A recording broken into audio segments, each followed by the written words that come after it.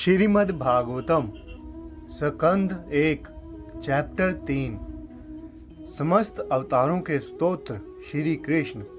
जय श्री कृष्ण। दोस्तों, पिछली वीडियो में आप लोगों ने जाना श्रीमद् भागवतम के पहले स्कंद के दूसरे अध्याय के बारे में, जिसमें बताया गया है कि दिव्य पुरुष किस प्रकार के होते हैं और उनका आचरण किस प्रकार का होता है और दिव्य सेवा क्या होती है। जो पापों से रहित हों उनकी सेवा करना ही दिव्य सेवा कही जाती है। अगर आप लोगों ने वह वीडियो नहीं देखी है तो आई बटन में उसका लिंक है, आप वो वीडियो देख लीजिए। और अब शुरू करते हैं आज की वीडियो। चैप्टर 3 समस्त अवतारों के स्तोत्र श्री कृष्ण। सूत जी ने कहा, सृष्टि के प्रारंभ में भगवान ने सर्वप्रथम विराट पुरुष के रूप में अपना विस्तार किया और भौतिक सृजन के लिए सारी सामग्री प्रकट की। इस प्रकार सर्वप्रथम भौतिक क्रिया के 16 तत्व उत्पन्न हुए। यह सब भौतिक ब्रह्मांड को उत्पन्न करने के लिए किया गया। सूत गोस्वामी जी कहते हैं कि सबसे पहले भगवान विराट पुरुष के रूप में अवतरित होते हैं और फिर भौतिक सृजन के लिए सारी सामग्री प्रकट करते हैं और उसके बाद भौतिक क्रिया के लिए 16 तत्व उत्पन्न करते हैं। यह सब भौतिक ब्रह्मांड को उत्पन्न करने के लिए भगवान ने किया। पुरुष के एक अंश ब्रह्मांड के जल के भीतर लेटते हैं। उनके शरीर के नाभि सरोवर से एक कमल अंकुरित होता है और इस नाल के ऊपर खिले कमल पुरुष से ब्रह्मांड के समस्त शिल्पियों के स्वामी ब्रह्मा प्रकट होते हैं। सूत गोस्वामी जी बताते हैं कि विराट पुरुष का एक अंश विष्णु जी ब्रह्मांड के जल के भीतर लेटते हैं और उनके नाभि से एक कमल निकलता है जिनसे ब्रह्मा जी उत्पन्न होते हैं।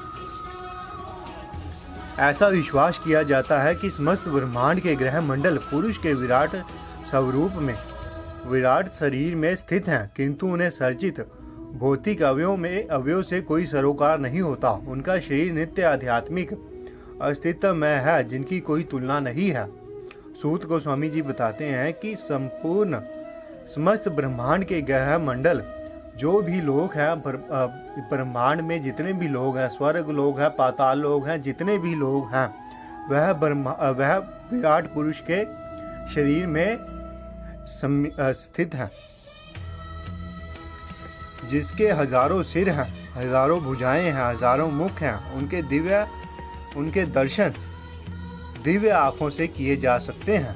आम आँखों से उनके दर्शन नहीं किए जा सकते। भगवान ने अपने विराट रूप के बारे में भगवत गीता में खुद से अपने मुख से बताया है। अगर आपने वह वीडियो नहीं देखी है, हमने विराट रूप के अध्याय पर एक वीडियो बनाई हुई है।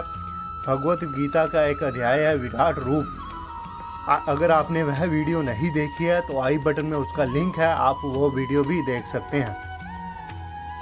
तो सूत गोस्वामी जी बताते हैं कि उनके हजारों पाँव हैं, हजारों आँखें हैं, जांघ हैं, सारा कुछ है, जिसमें भगवान यह सारा ब्रह्मांड है।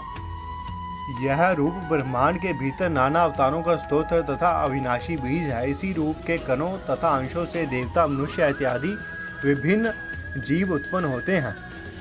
सूत गोस्वामी जी बताते हैं कि इसी से ही सारा ब्रह्मांड उत्पन्न होता है, सारा कुछ इसी से उत्पन्न होता है। सृष्टि के प्रारंभ में सर्वप्रथम ब्रह्मा के 4 अविवाहित पुत्र थे, जिन्होंने ब्रह्मचार्य व्रत का पालन करते हुए परम सत्य के साक्षात्कार हेतु कठोर तपस्या की। सूत गोस्वामी जी बताते हैं कि सृष्टि के प्रारंभ में सबसे पहले ब्रह्मा के 4 अविवाहित पुत्र हुए, जिन्होंने ब्रह्मचार्य का व्रत लिया और कठिन तपस्या की भगवान को जानने के लिए।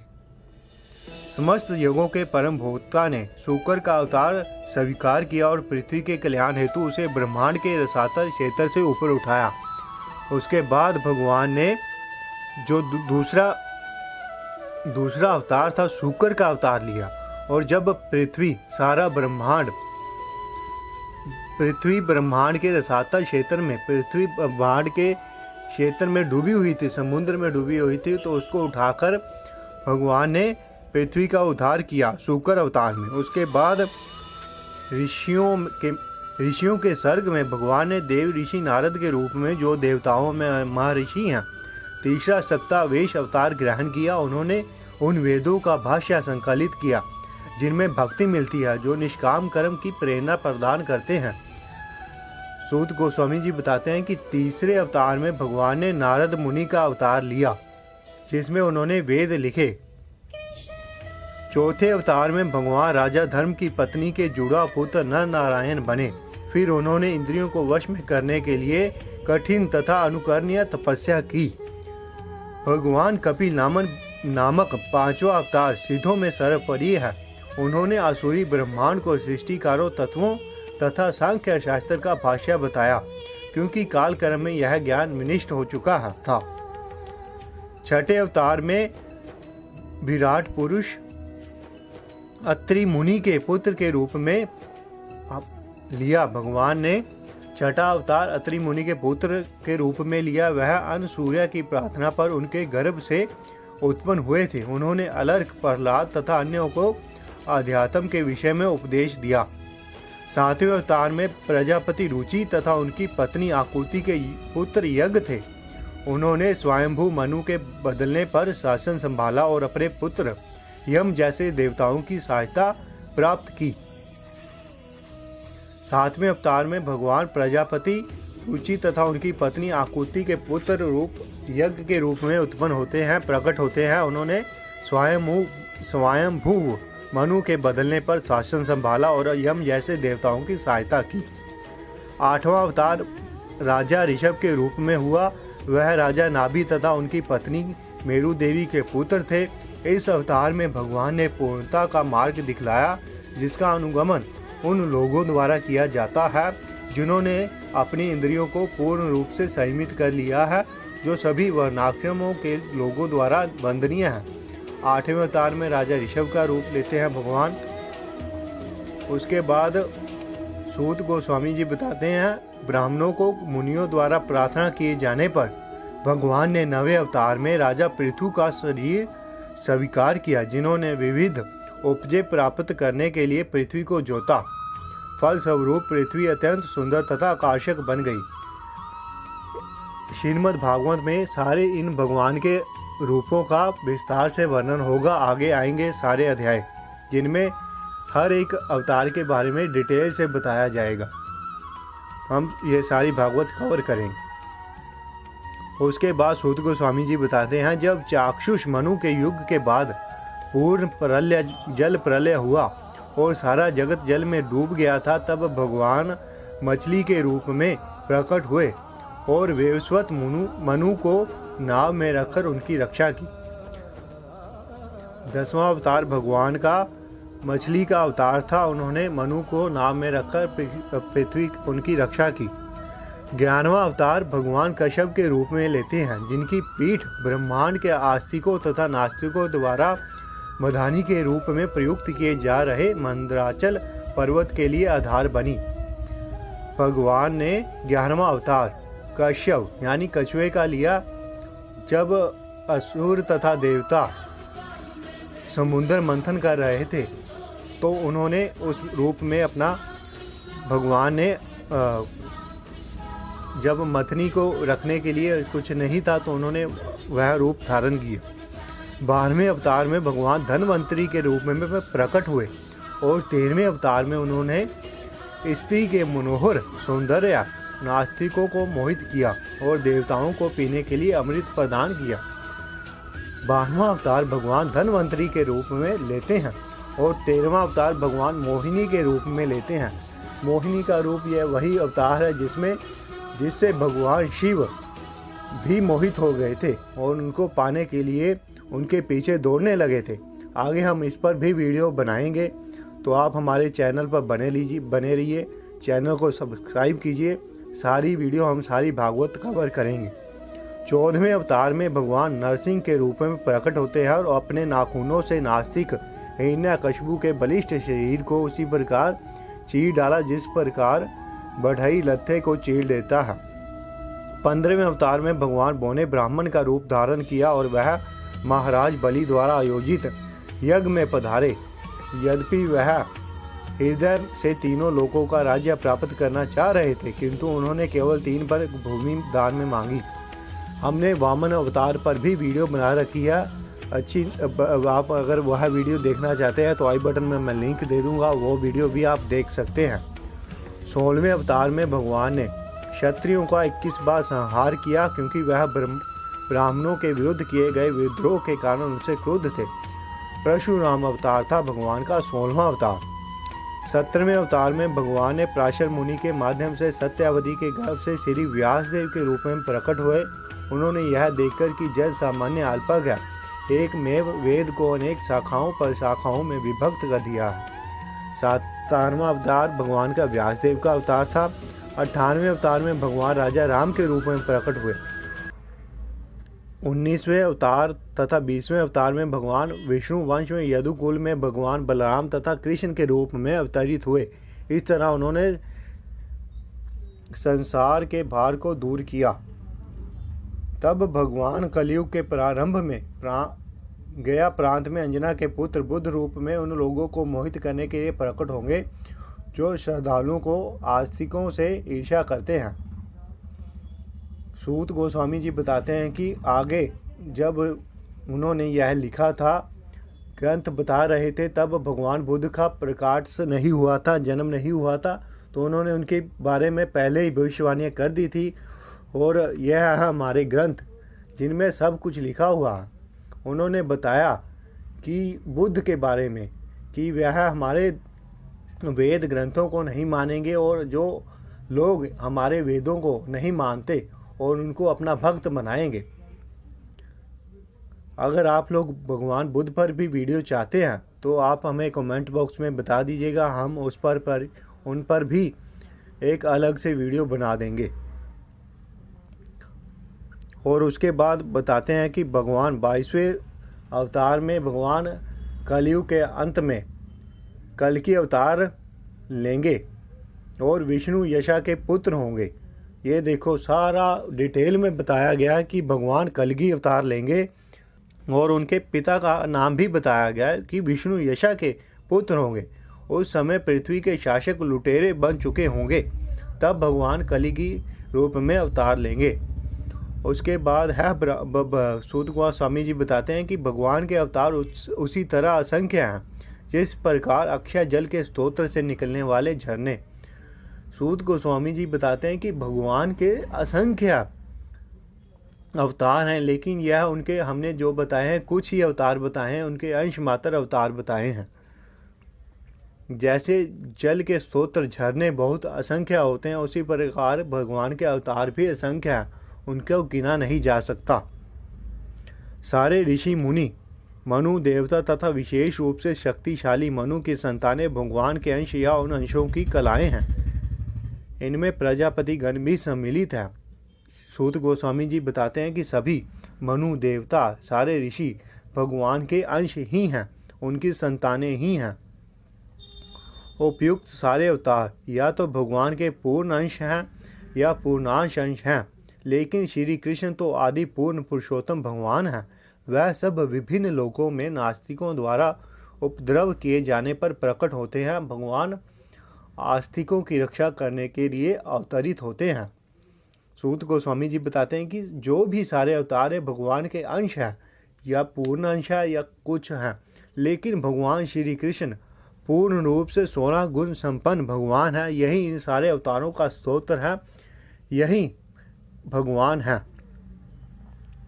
जो कोई भी भगवान के गृह अवतारों का सावधानी पूर्वक प्रतिदिन सुबह तथा शाम को पाठ करता है, वह जीवन के समस्त दुखों से छूट जाता है।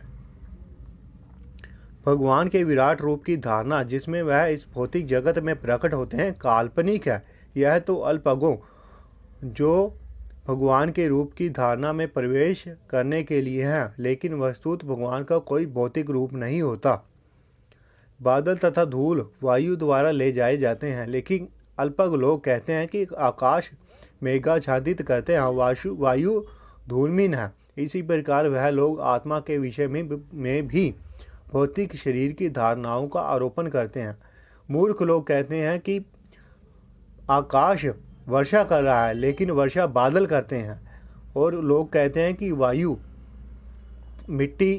वायु जो हवा चल रही है वह मिट्टी की है, लेकिन वायु अलग है और मिट्टी अलग है। इसी प्रकार आत्मा अलग है और यह भौतिक शरीर अलग है। रूप की स्थूल अवधारणा से परे रूप की एक अन्य सूक्ष्म धारणा है, जिसे कोई आकार नहीं होता, जो अनदेखा है, अनसुना है तथा अव्यक्त होता है। जीव का रूप इस सूक्ष्मता से परे है, अन्यथा उसे बारंबार जन्म ना लेना ना पड़ता। सूत गोस्वामी जी बताते हैं कि यह शरीर आत्मा से अलग है। अगर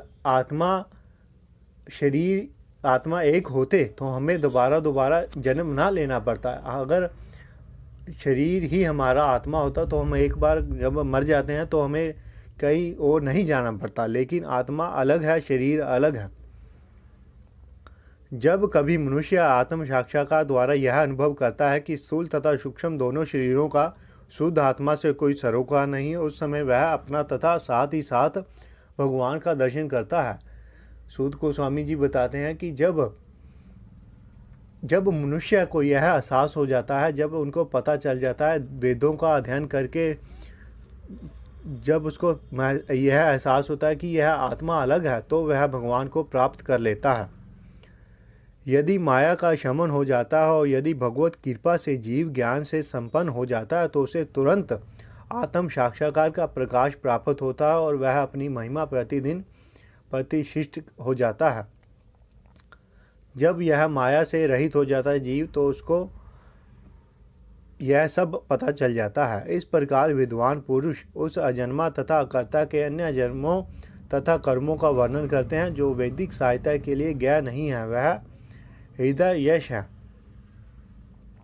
जिनके कर्म सदैव निष्कलुष होते हैं। वह भगवान 6 इंद्रियों के स्वामी हैं और 6 ऐश्वर्यों के साथ सर्वशक्तिमान है। वह दृश्य ब्रह्मांडों की सृष्टि करते हैं, उनका पालन करते हैं और रच मात्र भी प्रभावित हुए बिना उनका संहार करते हैं। वह समस्त जीवों के भीतर विद्वान रहते हैं और सदैव स्वतंत्र रहते हैं। मूर्ख मनुष्य अपने अल्प ज्ञान के कारण भगवान के रूपों, नामों तथा कर्मों की दिव्य प्रकृति को नहीं जान सकते, क्योंकि वह ना तो किसी नाटक में एक पात्र की तरह कार्य कर रहे होते हैं, ना ही ऐसे मनुष्य अपने तर्क तथा अपनी वाणी द्वारा भी ऐसे बातों को व्यक्त कर सकते हैं। जो बिना हिचक के अबाध रूप से अपने हाथों में रथ का चक्र धारण करने वाले भगवान के चरण कमलों की अनुकूल सेवा करता है, वह इस जगत के सृष्टा को पूर्ण महिमा, शक्ति तथा देवता को समझ सकता है। इस संसार में केवल ऐसी जिज्ञासाओं द्वारा ही मनुष्य सफल तथा पूर्ण ज्ञान को ज्ञात हो सकता है, क्योंकि ऐसी जिज्ञासाओं से अखिल ब्रह्मांडों के स्वामी भगवान के प्रति दिव्य अलंकारी प्रेम उत्पन्न होता है और जन्म मृत्यु के घोर पुनरावृत्ति से 100% प्रतिरक्षा की गारंटी प्राप्त होती है। यह श्रीमद् भागवत भगवान का साहित्य अवतार है। सूत गोस्वामी जी बताते हैं कि यह जो भागवत है, यह भी एक रूप से भगवान का अवतार ही है, जिसे भगवान के अवतार वेद व्यास जी ने लिखा है। यह सभी लोगों के परम कल्याण के लिए निर्मित है और यह सभी तरह से सफल, आनंदमय तथा परिपूर्ण है। स्वरूप सिद्धों में अत्यंत सामान्य श्री व्यास देव ने समस्त वैदिक, वाङ्मय तथा ब्रह्मांड के इतिहासों का सार निकालकर इसे अपने पुत्र को प्रदान किया। व्यास देव के पुत्र शुकदेव गोस्वामी जी ने अपनी पारी में महाराज परीक्षित को भागवत सुनाई, जो तब निर्जल तथा निराहार रहकर मृत्यु की परीक्षा करते हुए गंगा नदी के तट पर ऋषियों से घिरे हुए थे। यह भागवत पुराण सूर्य के समान तेजस्वी है और धर्म, ज्ञान आदि के साथ कृष्ण द्वारा अपने धाम चले जाने के बाद ही इसका उदय हुआ। जिन लोगों ने कलयुग में अज्ञान के गहन अंधकार के कारण अपनी दृष्टि खो दी है, उन्हें इस पुराण से प्रकाश प्राप्त होगा। जब शुकदेव गोस्वामी जी ने वहां पर भागवत सुनाई, महाराज परीक्षित को भागवत सुनाया, तो सूत गोस्वामी जी बताते हैं कि मैंने अत्यंत ध्यानपूर्वक उसे सुना और इस तरह उनकी कृपा से मैंने उन महान शक्ति संपन्न ऋषि से भागवत सीखा। अब मैं तुम लोगों को वही सब सुनाने का प्रयत्न करूंगा जो मैंने उनसे सीखा तथा जैसे मैंने आत्मसात किया। तो इस प्रकार श्रीमद् भागवतम के प्रथम स्कंध के 3 अध्याय समस्त अवतारों के स्तोत्र श्री कृष्ण नामक इस अध्याय का भक्ति वेदांत तात्पर्य संपूर्ण हुआ। जय श्री कृष्ण। वीडियो अच्छी लगी हो तो वीडियो को लाइक कीजिएगा, चैनल को सब्सक्राइब कीजिएगा और बेल के आइकन को दबा दीजिएगा ताकि जब भी नई वीडियो आए तो आपको तुरंत उसकी नोटिफिकेशन मिल सके और आप तुरंत उसके इस ज्ञान के सागर में डुबकी लगा सकें। जय श्री कृष्ण।